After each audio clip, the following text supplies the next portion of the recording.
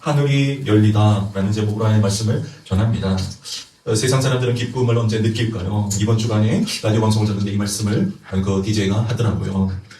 금덩이가 3개가 되면은 기쁠 흠이 된대요. 금이 있어야 좋다면서요. 금 한 덩어리에 1억 정도니까 한 3억 정도는 항상 가지고 있으면 기쁨. 그렇습니까? 네, 우리 성도님은 아닌 걸로 알겠습니다. 그런데 그게 제가 사전에 찾아보니까요, 기쁠 흠이 아니더라고요. 번성할 흠, 부할 흠이더라고요. 기뻐하다는 건 뭐냐? 기뻐할 희. 우리에게 다들 기쁨이 있습니다. 즐거울라. 희락이 있습니다. 그게 성경적인 기쁨이더라고요. 세상적인 가치관, 금덩어리를 가지고 기뻐하지 않는 여러분들이 되시기를 바랍니다. 하나님이 내 안에 기쁨을 허락하셨으므로 내가 어떠한 일이 있더라도, 시련 고통이 있더라도 기뻐할 수 있는 여러분이 되시기를 바랍니다. 그 기쁨의 주인공이 바로 나의 주인공이기 때문입니다. 지난 금요일날 얘기했습니다. 사람은 언제 변합니까? 여러 가지 경우의 수가 있습니다. 나의 변화는 언제입니까? 예수 그리스도를 만났을 때입니다. 그때 바로 나는 죽고 하늘이 열리고 하늘에 하나님이 살아계신 때입니다. 그때가 정확하게 성경에 3번 정도 나오더라고요. 바로 시대를 변화시키는 귀하고 중요한 그 시간에 하늘이 열리더라고요. 창세기 29장 20절 주변에 보면요, 야곱이 베델에서 밧단 아람으로 도망가고 있습니다. 근데 그 꿈을 본 꿈은 아니었나 봐요. 왜냐하면 하나님의 음성도 들렸기 때문에. 하나님 하늘이 열리고 사닥다리가 천사들이 오르락 내리락 하는 것이 보이고, 예수님도 이 말씀을 그대로 인용하십니다. 그리고 하나님이 존전에서 앉아서 보고 있는 것이 보인다는 거죠.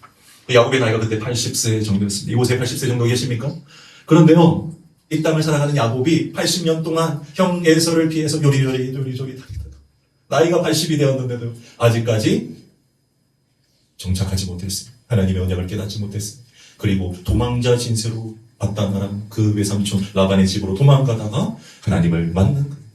내 인생에 나는 더 이상 안 되겠군요. 내가 해놓은 모든 것들이 지금 뒤죽박죽 엉켜서 지금 나는 이제 죽어야겠군요. 포기합니다.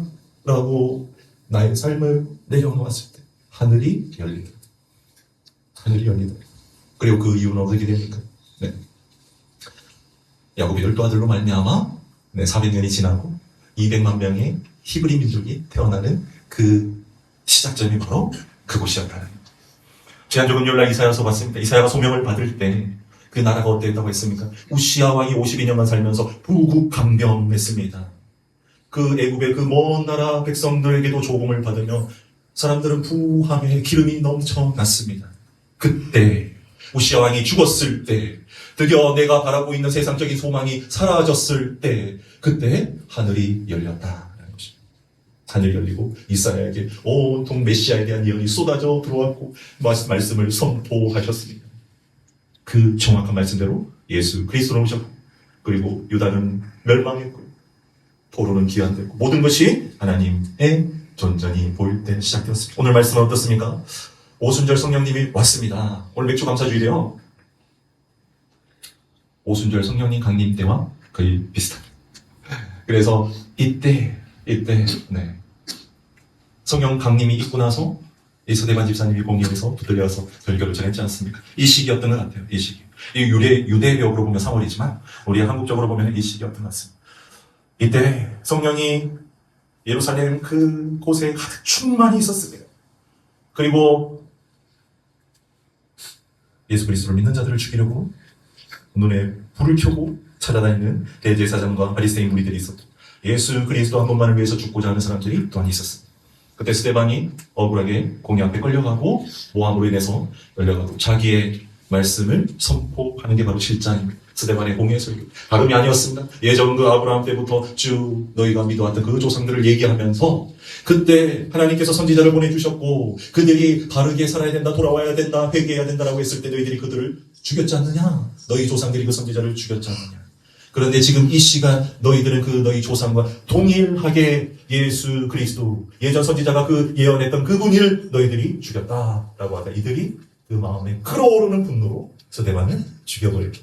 스데반이 죽기 전에 성령이 충만하여서 하늘을 보니까 하나님이, 예수 그리스도가 하나님의 우편에서 서서 그 순교자의 영혼을 받기 위해서 내려다 보시고 있다는 것을 아셨더라. 그때까지는요, 아직까지 유대적인 마인드가 지금 벗어나지 않았습니다. 이들은 아직까지 왜 이방인들까지 회개해야 된다는, 복음을 전해야 된다는 마인드가 없었어요. 그런데 이 하늘이 열리고 성령이 퍼지고 이들이 스데반의 순교로 말미암아 디아스포라 그 주변 온 지역으로 다 흩어지게 되거든요. 그래서 복음이 퍼지고 8장에서 보면 예루살렘과 사마리아 땅에 복음이 전해지고 빌립으로 말미암아 역사가 일어나는 현장이 보여집니다. 그리고 9장에서는 드디어 그 현장에 있었던 사도 바울이 예수 그리스도를 만나는 역사가 일어납니다. 그 다음부터는 이방인에게 복음이 전해지고 베드로 또한 109장 고넬료에게 복음을 전하고 성령이 임하고 역사가 그때부터 일어나기 시작했다. 이 세 가지 일은요 동일하게 하늘이 열리면서 일어나게 되어 있습니다. 이사야 시절에는 모든 경제와 그들이 믿고 있었던 우상과 같은 그 왕이 죽었을 때 열어집니다. 야곱은 무엇입니까? 내가 살려고 했던 그 좁은 마음이 완전히 무너지고 속이려고 하는 마음을 완전히 내려놓았을 때 하늘이 열렸습니다. 그리고 오늘은 어떠합니까? 하나님의 주권적인 은혜로 너희들이 복음이 예루살렘에만 있으면 안 돼. 하나님의 주권적인 은혜로 스데반 집사님이 돌아가시고 순교하셨을 때 하늘이 열리고 하나님의 뜻이 온 땅에 전달되는 역사가 일어나기 시작했습니다. 지금은 어떠합니까? 여러분 무엇으로 기뻐하십니까? 나 예수 그리스도로 기뻐합니다. 아멘 할렐루야. 아주 좋습니다. 하늘이 열림을 이제 보기를 바랍니다. 하늘이 열리기를 내가 나의 눈으로 보기를 원합니다. 그때부터요. 하늘이 열리고 나의 땅이 문이 닫혔구나라는 것을 여러분이 아시게 됩니다. 하나가 닫혀야지 열어지는 그 기적이 성경에서 기록되어 있고 나의 앞에 내가 나아가야 하는 그 길에서도 내가 지금 걸어왔던 모든 것들이 그래 내 뜻으로 살아온 것들은 이제 끝이야. 내 힘과 내 자랑으로 내 황금으로 살아왔던 것은 이제 끝이야.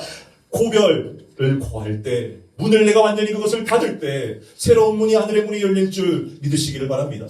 그 문을 보고 하늘에 계신 그 하나님을 보면서 살아갈 때 하나님이 계획해 놓으신 나의 온통 기쁨의 그 계획들이 펼쳐질 줄 믿습니다.